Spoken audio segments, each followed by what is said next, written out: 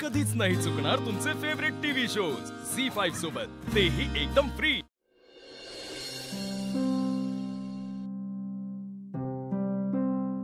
योगाने बिना उगाच बाला खर्चात पाडला।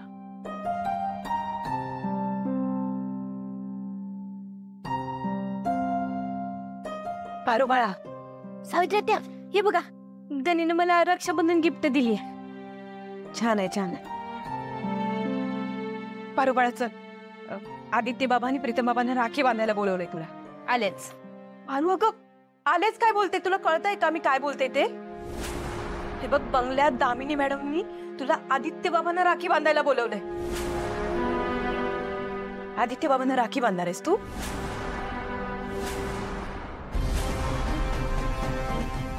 आदित्य सरांना राखी? नाही नाही सावित्री त्या, आता काय करायचं आपण? मला पण तोच प्रश्न पडलाय। दामिनी मॅडमच्या डोक्यात ना काहीतरीच येत असतं, मुद्दाम करत असतात हे सगळं। काय करावं काही सुचत नाहीये। बरोबर, आपल्याला तिथे जावं लागेल, नाहीतर दामिनी मॅडमचा प्रश्न वाढतील। रिया मॅडमना पण बोलवलं। काय? हो, चल आपण तिथे जाऊ आणि बघू काय करायचं ते। पण आत्या चल।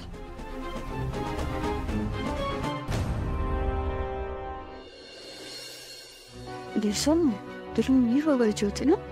आता बघ, या घरात तुला एक सुपरहिट मूवी दाखवते। पारू, आता आली आहेस तशी पटकन आदित्यला आणि प्रीतमला राखी बांधून घे। हो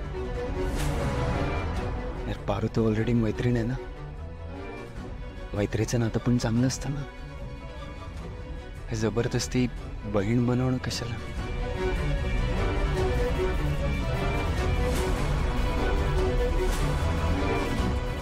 दामिनी काकूने प्रियाला इथे आणून उभं करू नये म्हणजे झालं।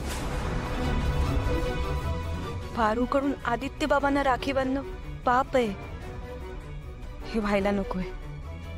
देवा, तूच काहीतरी मार्ग दाखव।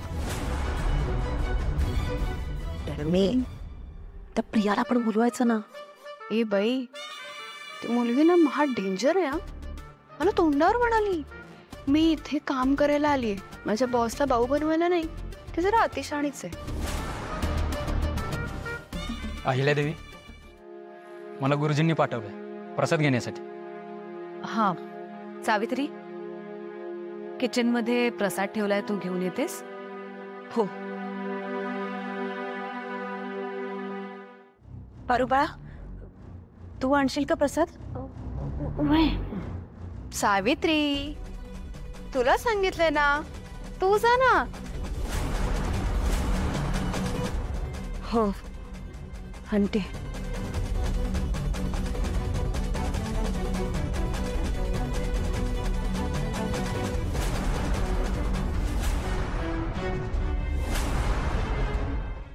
झी5 ॲप डाउनलोड करा आणि पहा सर्व एपिसोड्स एकदम फ्री।